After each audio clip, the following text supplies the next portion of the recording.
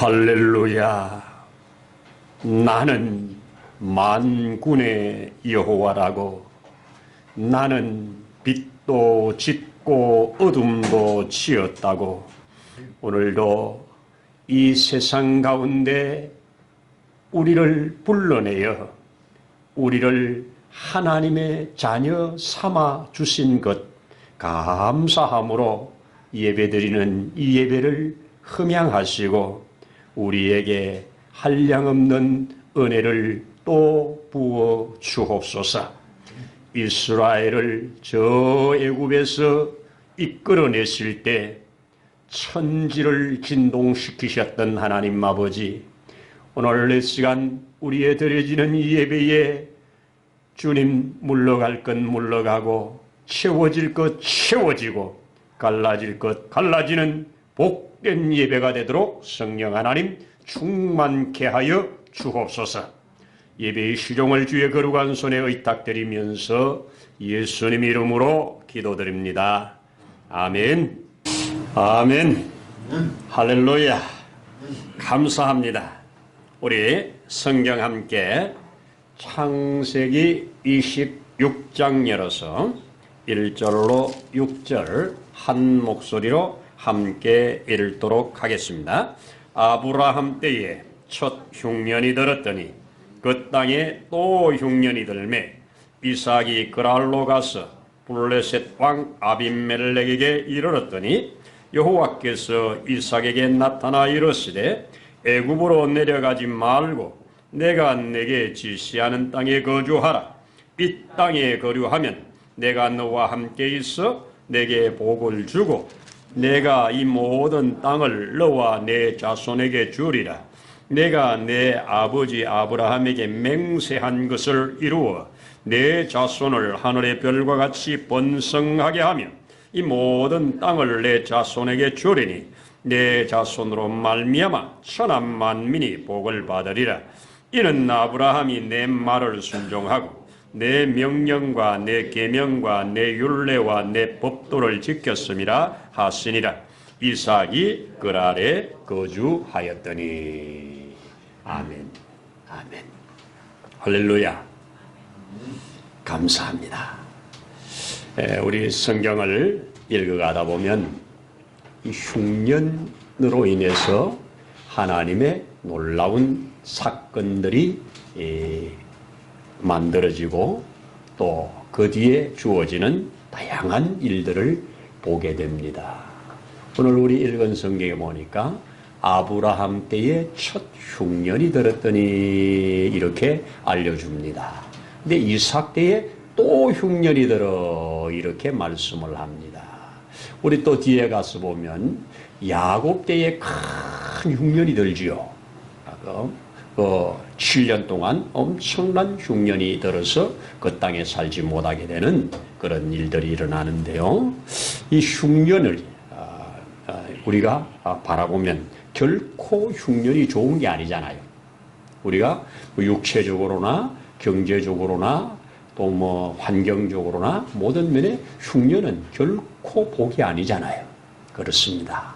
근데 오늘 이 아브라함 때도 아브라함은 분명히 저 갈대아 우르에서 잘 먹고 잘 사는데 하나님이 내가 복 준다고, 내가 지시하는 땅에 가라고, 내가 너로 큰 민족 이루겠다고 그렇게 말씀을 붙들고 여기까지 왔는데 약속된 땅에 와서 집을 짓고 거기에서 하나님을 경외하고 사는데 그 땅에 흉년이 와. 이거 참 아이러니잖아요. 하나님이 하라고 했는데도 흉년이 와. 그러면 그 흉년을 통해서 하나님이 주실 일이 있는 겁니다. 하나님이 하실 일이 있는 겁니다. 또 오늘 이삭도 그 아버지가 흉년을 만났었는데 이삭 때도 금방 말한 것처럼 흉년이 들었습니다. 야곱 때도 흉년이 들었는데 세 사람이 가만히 살펴보면 흉년을 대하는 태도들을 성경에서 각각 다르게 기록을 해줘요. 자, 첫 번째 아브라함 같은 경우는 하나님께 물어보지도 아니하고 그냥 양식이 풍족한 그 흉년이 없는 그 곡창지대가 있는 애굽으로 그냥 가요. 그런데 애굽으로 가는 그에게 하나님이 나타나가지고 막지도 않으셔요. 그냥 내버려 둬요. 그래가지고 애굽에 내려갔다가 우리가 아는 대로 큰 낭패를 만나요. 그 낭패가 뭡니까? 생명의 위협을 느껴가지고 자기의 아내를 누이라고 그냥 누이하고 같이 산다고 해서 그 왕이 그러면 나한테 달라 해가지고 그 왕에게 아내를 시집을 보내요. 이런 일을 만나요.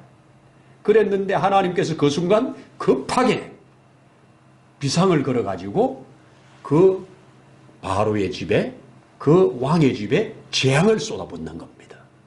그래가지고 이게 무슨 일인가 하다가 결국 아브라함의 아내 사례 때문에 이 모든 것이 이렇게 재앙이 주어졌다고 하는 것을 알고 얼른 아브라함에게 그 사례를 아내를 돌려보내면서 왜 네가 이런 일을 했냐고 이러면서 책망하면서 잠시 그래도 왔다가 가는 바람에 많은 은금보화 재물을 함께 들려서 우리가 잘못했으니까 잘못한 것도 없는데 그래가지고 거기서 야 우리 하나님 바로도 벌벌벌 떨게 하는 하나님이구나. 지금까지 자기가 경험하지 못한 하나님을 거기서 경험을 했어요. 자기는 약했잖아요. 이 아브라함은 평생의 아내에게 씻지 못할 죄를 범한 겁니다. 자기 아내를 다른 사람한테 시집을 보내는 이 기가 막힌 일을 행했을 때 사람의 마음은 어땠겠어요? 왕에게 가니까 좋다 그랬겠습니까? 자, 이런 아브라함이었습니다. 근데 아브라함은 그 아브라함의 연약함에도 그 부족함에도 그런 실수를 함에도 하나님은 하나님의 뜻을 이루어가기 위해서 비상을 걸어서 바로를 흔들었습니다. 그리고 바로가 그를 돌려보내게 했고 야곱은 거기에서 큰 재물을 얻어서 나왔다. 이렇게 표현했어요. 그랬는데 오늘 또 이삭 때 흉년이 들었더라. 이렇게 말을 해줘요. 그러면 이삭은 이제 아버지의 경험을 갖고 있잖아요. 그런데도 이삭은 아브라함보다 재산을 많이 물려받았어요. 유산을 많이 받은 거예요. 이삭이 태어나기 전에 아브라함에게는 집에서 함께 일하는 종들이 318명이나 있었어요. 그 318명이라고 하는 종들과 식솔들이 함께 집에서 거하면은 큰 집이에요. 지금도 종업원 300명 넘게 거느리면 큰 기업이죠. 그 당시에 그렇게 했습니다. 그러니까 이 큰 집을 이루고 있는 집인데 그 아버지로부터 그 유산을 다 이렇게 물려받았다고 한다면 거부잖아요. 그러니까 주로 그 당시에 목축업을 하는데 이 흉년이 들어서 목축을 할 수가 없으니까 이제 목초가 있는 곳으로 이사를 가야 되잖아요. 사람들은 아이고 양이 오늘도 굶어 죽었어요. 오늘도 소가 굶어 죽었어요. 이대로 있으면 다 굶어 죽어요. 우리 어딘가에 찾아가야 되잖아요. 이사를 해야 되잖아요. 옮겨야 되잖아요. 이런 거야. 얼마나 성토를 하겠습니까?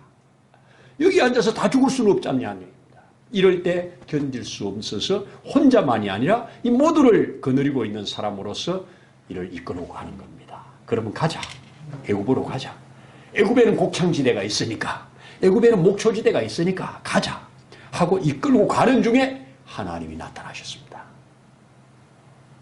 아브라함 때는 안 나타나셨어요. 나타나셔가지고 스톱을 걸었습니다. 가지 마라. 여러분 여기에 순종하기 어렵습니다. 모든 사람들이 다 있는데 하나님이 보이는 모습으로 나타나가지고 스탑! 가지마. 내가 너와 함께 해줄게. 내가 복 줄게. 이러면 모든 사람 앞에 있으면 괜찮잖아요. 이삭에게만 나타나서 가지마. 내가 약속한 이 땅에 있어. 아직은 가나안 땅이에요. 그 지역을 블레셋이 지금 점령하고 있는 그랄 지역이라고 말을 했어요. 그랄은 지금 애굽으로 가는 길목이에요. 그 길목에 딱 갔는데 넘어가지 말라는 겁니다. 내가 약속한 이 땅에 있으라는 겁니다. 여러분 순종하기 어렵죠? 쉽지 않아요. 혼자만의 문제가 아니잖아요. 많은 사람들이 기업을 운영하는 분들이 그런 말 하잖아요. 나 혼자만이 아니다. 내가 잘못된 선택을 했을 때 수많은 우리 가족들이, 우리 사람들이 함께 이 큰 어려움을 겪을 때 얼마나 고심들을 합니까? 자, 이런 고심 속에서 그는 어떻게 하느냐? 하나님의 말씀에 순종합니다. 여러분, 여기에 환경이냐 말씀이냐가 나옵니다. 우리는 살다 보면 환경, 내게 주어진 환경을 따를 것인가, 하나님께서 주신 지시를 따를 것인가, 이건 놓고 저울질을 해야 할 때가 많습니다. 분명히 말씀은 아니에요. 환경이 또로 따라갈 수밖에 없는 상황이 나를 몰아붙일 때, 그래도 환경이 아닌 말씀으로 쫓아갈 거냐? 성경은 이것을 믿음이라고 합니다. 이것을 믿음이라고 해요. 참 어려운 겁니다. 가지 마라. 여기 있어라. 여기 있으면 내가 너와 함께 해줄게. 내가 네 아버지에게 약속한 거 다 줄게. 여기 있어. 그랬을 때 그가 거기 머물렀다고 말합니다. 거기 머물렀더니, 거기까지 오늘 우리 읽었는데 그 뒤에 보면 하나님이 그와 함께 하셔요. 하나님이 함께 하시니까 그곳에서 번성을 해요. 참 번성을 하는데, 번성하는 걸 보고 이 그쪽의 왕이, 그 길을 다스리고 있는 그랄 왕 아비멜렉이 여기를 떠나라. 너가 점점 번성해지면 우리가 약해진다 이겁니다. 그렇지 않겠습니까? 여기를 떠나라. 그런데도 안 떠나고 오늘 성경에 보면 오래 있었다고 표현을 합니다. 오래 머물렀다. 언제까지? 하나님이 있으라고 할 때까지. 이게 믿음입니다. 그래서 오늘 우리 성경에 보면 16절에 성경 가지고 있는 보면 13절에 보면 그 사람이 창대해졌다, 왕성하여졌다, 마침내 거부가 되었다. 12절에는 그 해에 농사지어서 100배를 얻었다. 그리고 이제 주변에 우물을 파잖아요. 우물을 파면 신기하게도 우물을 파면 물이 솟아나와. 물이 나오면 또 그 사람들이 와가지고 이 사람에게 여기 우리 땅이라고 그러고 또 쫓아내. 싸워. 그럼 이 사람은 알았어. 그러고 또 옆으로 가. 옆에 가서 또 땅을 파. 그러면 또 우물이 나와. 그러면 우물 거기에서 또 살면 또 사람들이 와서 또 핍박을 하고 나가라고 그래. 그래가지고 4번이나 우물을 옮기잖아요.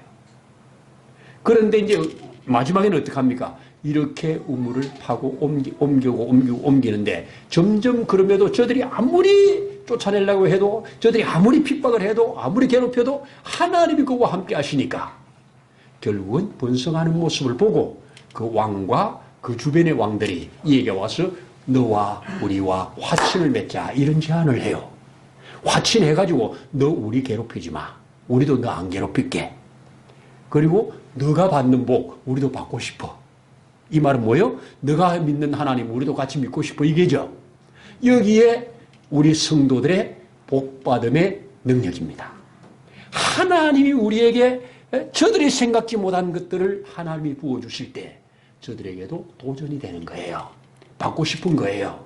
이런 면에서 기도하는 것입니다. 여러분, 분명히 이 이삭에게 주신 흉년은 이삭으로 하여금 더 넓게 만들고 더 영적으로 또 더 이 경제적으로 모든 면에서 앞서가도록, 그래서 하나님의 나라를 이루고 가는데 한 단계 더 성숙시키는 놀라운 일이었습니다.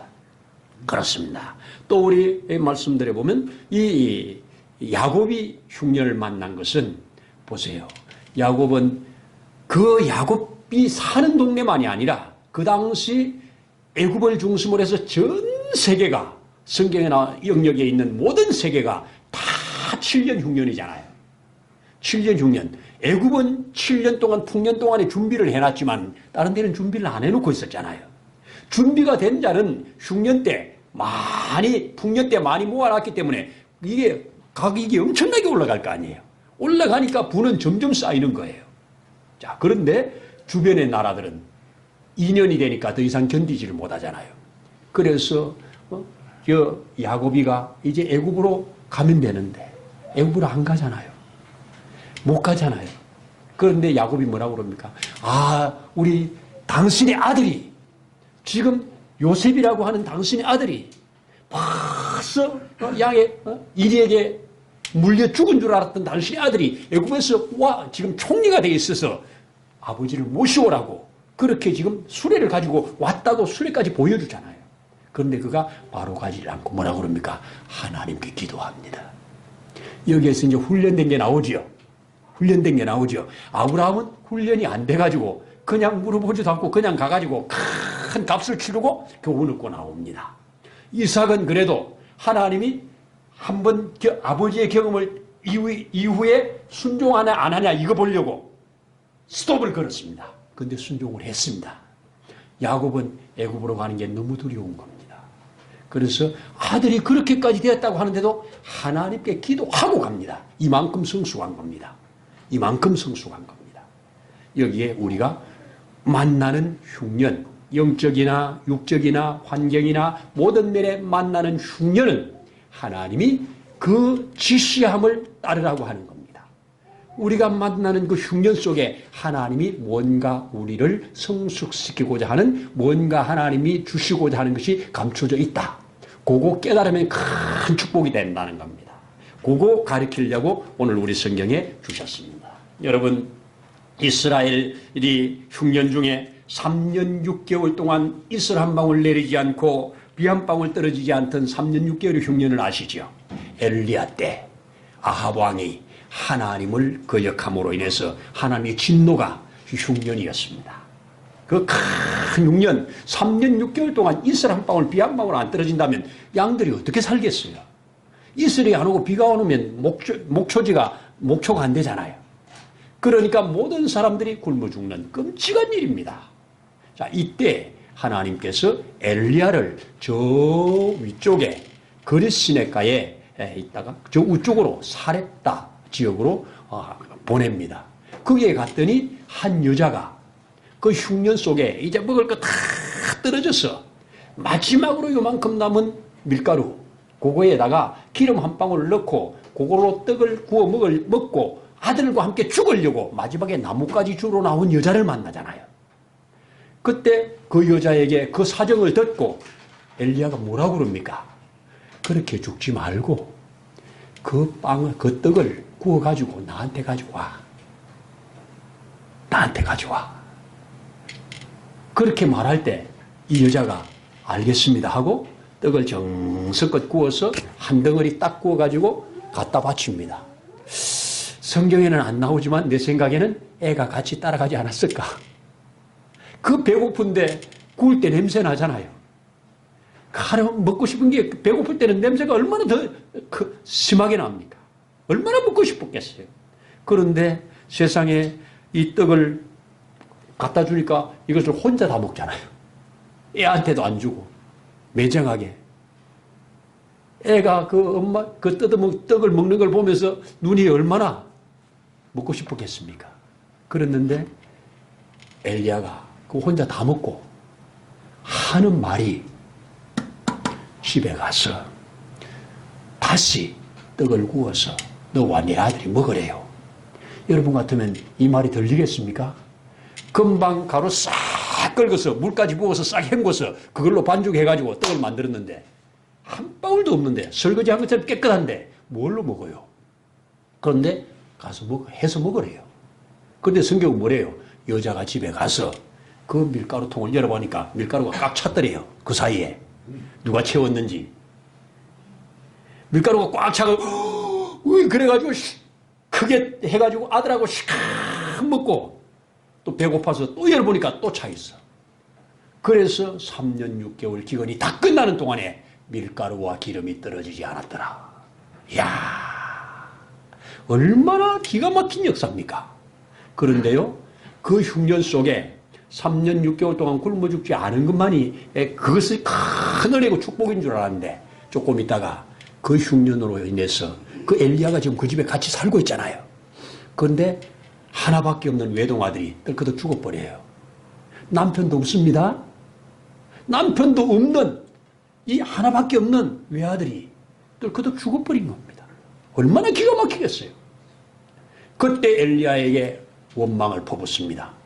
그때 죽게 내버려두지 왜 지금까지 살려가지고 지금 이런 슬픔을 만나게 하냐 이겁니다. 그때 얘하고 나하고 그때 죽었으면 이런 일 안 만난다 이겁니다. 여러분 큰 위기를 만나면 무슨 말이 못하겠어요. 자, 그래서 원망을 퍼붓는데 엘리야는 그 원망을 듣고 그 아이에게 가서 하나님의 이름, 하나님의 능력을 구하면서 하나님 이 아들을 살려달라고 그렇게 간절히 구하고 그에게 기도하여 마침내 아이를 살립니다.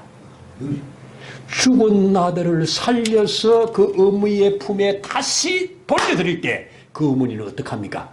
이제야 내가 당신이 하나님의 사람이고 진실로 하나님이 살아계심을 믿겠습니다. 그 3년 6개월 흉년 속에서도 하나님 몰랐고 3년 6개월 속에 가루통에 가루가 마르지 않는 것, 기름통에 기름이 떨어지지 않는 것, 그것 통해서도 몰랐어요. 그냥 와 감사합니다. 와 감사합니다. 당신은 진짜 멋있네요. 당신은 능력 있네요.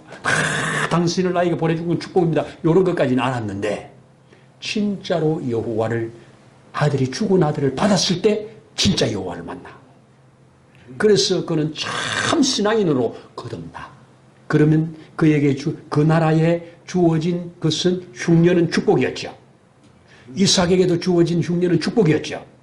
여러분 일반적으로 이 세계 모든 역사를 보시면 성경이 들어가서 성경 말씀을 따라 사는 사람들이 많아져서 그게 기독교적 정신적으로 살아가는 기독교적 신앙으로 살아가는 사람들이 주류를 이루는 사회가 되면 그 나라는 세계를 이끌어갑니다. 그 나라는 세계를 앞서가요. 이런 대표적인 나라들이 유럽에서부터 쭉 가가지고 유럽의 스웨덴이나 또 이 프랑스나 영국이나 그렇게 흘러가잖아요. 복음이. 기독교가 주류가 됐을 때 그렇게 되는 겁니다. 그랬는데 이것이 미국에 가니까 미국이 주류가 되잖아요. 동양에 이 한국이 왔는데 한국이 주류가 되잖아요. 여러분 한국은 지금 누가 한번 해도 기독교가 주류지요. 기독교가 주류입니다. 야 어제도 우리 세이브 코리아 세이브 하니까 또 여기 모인 사람들은 코리아 세이브 코리아 이 한국을 구해달라고 이 기도하는 이 기도 모임들이 전국 곳곳에서 얼마나 우렁차게 퍼지는지 하나님은 나는 그 기도를 들으신다고 믿습니다.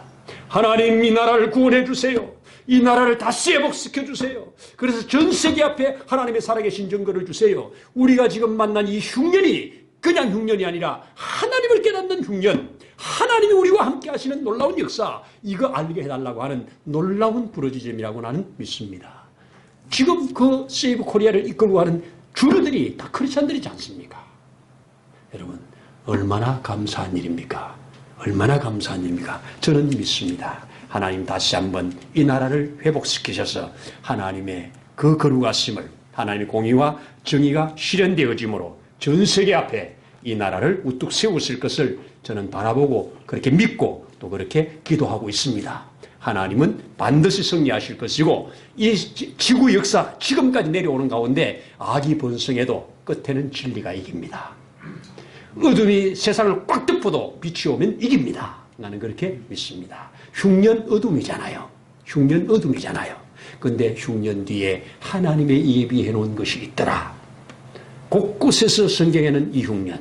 여러분 저 루시라고 하는 기가 막힌 여자가 이 하나님의 백성이 되어서 그 야곱의 다윗의 가문을 만드는 그 뿌리가 되게 만들고 예수 그리스도에게 들어오게 된 것도 결국 흉년 때문이잖아요. 하나님은 이 풍요론 일반적으로 예수 잘 믿으면 일반적으로 복을 받습니다. 그러나 하나님은 그 복 가운데 흉년을 주어서 흉년을 통해서 그 다음 단계로 나아가게 하는 이 하나님의 방법을 알고 깨닫고 살라고 이렇게 해주셨습니다. 이럴 때 꼭 필요한 게 오늘 제목대로 지시를 따라 사는 겁니다. 여호와께서 지시하신 대로 사는 겁니다. 근데 우리가 기도해도 지시가 잘 안 나올 때가 있어요. 그럴 때는 조용히 성경을 읽으세요. 그리고 조용히 묵상을 하세요. 하나님이 떠오르는 말씀을 주실 것입니다. 아니면 눈에 말씀이 들어올 겁니다. 하나님의 지시를 따라 사는 인생이라면 흉년을 흉년으로 끝내지 않습니다.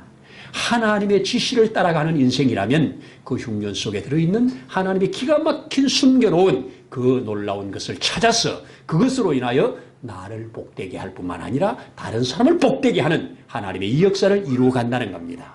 여러분, 이게 하나님의 섭리입니다.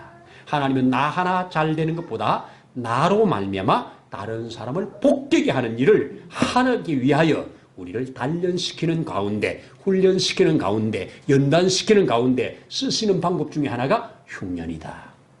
그래서 우리는 이 흉년 속에서 하나님의 놀라운 예비된 은혜와 그 복을 받으라고 이런 성경들을 곳곳에 기록해 놓아서 우리에게 교훈을 주시는 줄로 믿습니다. 이 말씀대로 우리의 그런 은혜가 있기를 소원하고 축복합니다. 기도하겠습니다. 하나님 아버지 감사합니다. 이 세상 만사 우연히 흘러가는 것 아니라 하나님의 귀한 섭리를 따라 운행되는 줄로 믿습니다. 우리 개개인의 삶 역시 하나님의 손에 있는 줄로 믿습니다. 특별히 이 시간 이 나라가 만난 이 흉년 속에 또 이 뒤에 주시는 하나님의 놀라운 그 은혜의 자리까지, 그 복의 자리까지 나아갈 수 있기를 원합니다. 흉년이 흉년으로 끝나지 않고 하나님의 은혜와 하나님의 예비한 복을 받는 귀한 통로, 귀한 축복의 역사가 되어지도록 우리 가운데 은혜를 주시고 또 우리에게 그 말씀을 부여잡는 힘도 주옵소서. 감사를 드리면서 그리하실 우리 주 예수님 이름으로 기도드립니다.